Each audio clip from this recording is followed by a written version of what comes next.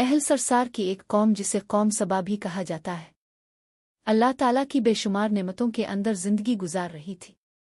यह कौम एक अजीम तहजीब व तमद्दुन की मालिक थी। हज़रत दाऊद अलैहिस्सलाम और हज़रत सुलेमान अलैहिस्सलाम की बाज़मत हुकूमतों के बाद उनकी हुकूमत ज़ुबान ज़द ख़ास व आम थी। कहा जाता है कि ये लोग गंदुम के मग़ज़ से आटा पसकर रोटियां पकाते थे, लेकिन इस बड़िए बरक्स वो इस कदर इसराफ करने वाले और नाशुक्रे थे कि उन्हीं रोटियों के साथ बच्चों का पाखाना साफ करते थे। बाद अज़ा उन आलूदा रोटियों को इकट्ठा करने से एक पहाड़ बन गया था। फिर एक साले शख्स ने वहां से गुजरते हुए एक औरत को देखा जो रोटी के साथ बच्चे के पाखाने के मकाम को साफ कर रही थी। इस शख्स ने औरत से कहा, तेरे ऊपर अफसोस, खुदा से डर, कहीं ऐसा ना हो कि खुदा तेरे ऊपर अपना गज़ब ढाए और तुझसे अपनी नेमत छीन ले। इस औरत ने जवाब में मजाक अड़ाया और मगरूराना अंदाज में कहा, जाओ जाओ, गोया कि मुझे भूख से डरा रहे हो। जब तक सरसार जारी है मुझे भूख से किसी किस्म का कोई खौफ नहीं है।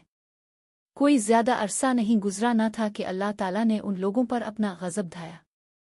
पानी जो कि जिंदगी की बुनियाद है उन लोगों से छीन लिया, यहां तक कि कहत नाजिल हुआ।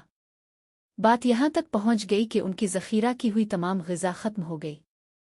आखिरकार वो मजबूर हो गए कि उन्हें आलूदा रोटियों पर टूट पड़े जो उन लोगों ने इकट्ठी करके पहाड़ के मानिंद ढेर लगाया हुआ था, बल्कि वहां से रोटी लेने के लिए सफ लगती ताकि हर कोई वहां से अपने हिस्से की रोटी ले सके। कुफरान नेमत कहत और उनकी बदहाली के बारे में मुतअद्दिद रवायात मौजूद है। सूरा नहल की आयत नंबर 112 और 113 में यूं इरशाद होता है, और अल्लाह ने इस बस्ती की भी मिसाल बयान की है जो महफूज और मुतमईन थी।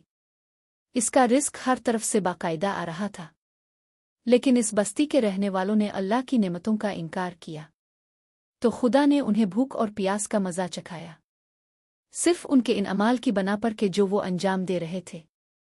और यकीनन उनके पास रसूल आया तो उन लोगों ने उनको झुटलाया, तो फिर उन तक अज़ाब आ पहुंचा कि ये सब जुल्म करने वाले थे। इसी कौम सबा के बारे में एक और वाक़या बयान होता है कि इन लोगों ने अपनी ज़राअत को बेहतर तौर पर काश्त करने के लिए पानी ज़ख़ीरा करने की खातिर बलक के दो पहाड़ों के दरमियान एक बहुत बड़ा बंद मुर्रब तामीर किया हुआ था। सुराख और दूसरे पहाड़ों से गुजरा हुआ पानी इस बंद में आकर वाफिर मिकदार में जमा हो जाता था। कौम सबा ने इस पानी से सही तौर पर इस्तिफ़ादा करते हुए वसीओ अरीज़ और बहुत से खूबसूरत बागात लगाए और खेती बाड़ी को रौनक बख्शी। उन बागात के दरख्तों की शाखें इस कदर फलों से लदी हुई होती थीं कि कहते हैं कि अगर कोई शख्स सर पर टोकरी रख कर उनके नीचे से गुजरता तो फल खुद ब खुद टोकरी में गिरना शुरू हो जाते और कलील मुद्दत में टोकरी ताज़ा फलों से भर जाती। लेकिन नेमतों की कसरत ने उन्हें शुक्र करने के बजाय सरमस्त और गाफिल कर दिया था, यहाँ तक कि उनके दरमियान बहुत बड़ा तबकाती निज़ाम वजूद में आ चुका था। उनमें से साहिब इक़्तिदार लोगों ने कमज़ोरों और ज़ईफ़ों का खून चूसना शुरू कर रखा था, यहाँ तक कि इन लोगों ने खुदा से एक अहमुकाना इल्तिमास किया जिसका जिक्र सूरा सबा की आयत नंबर 19 में मिलता है। उन्होंने कहा, खुदाया हमारे सफ़रों के दरमियान फासला ज़्यादा कर दे। उन्होंने अल्लाह ताला से ये इल्तिमास इसलिए किया ताकि गरीबों बेनवा लोगों उम्रा और सरवतमंद उनके हमरा सफ़र न करें।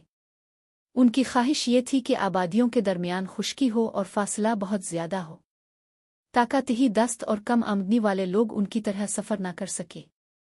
अल्लाह ताला ने उन मगरूर पेट के पुजारियों पर अपना गज़ब नाजिल किया। बाज़ रिवायतों के मुताबिक उन मगरूर लोगों की आंखों से दूर सहराई चूहों ने मुअर्रब नामी बंद की दीवारों पर हमला करके उन्हें अंदर से खोखला कर दिया। उधर से बारिशें ज़्यादा हुईं जिनकी वजह से सैलाब आ गया और इस बंद में पानी बहुत ज़्यादा इकट्ठा हो गया।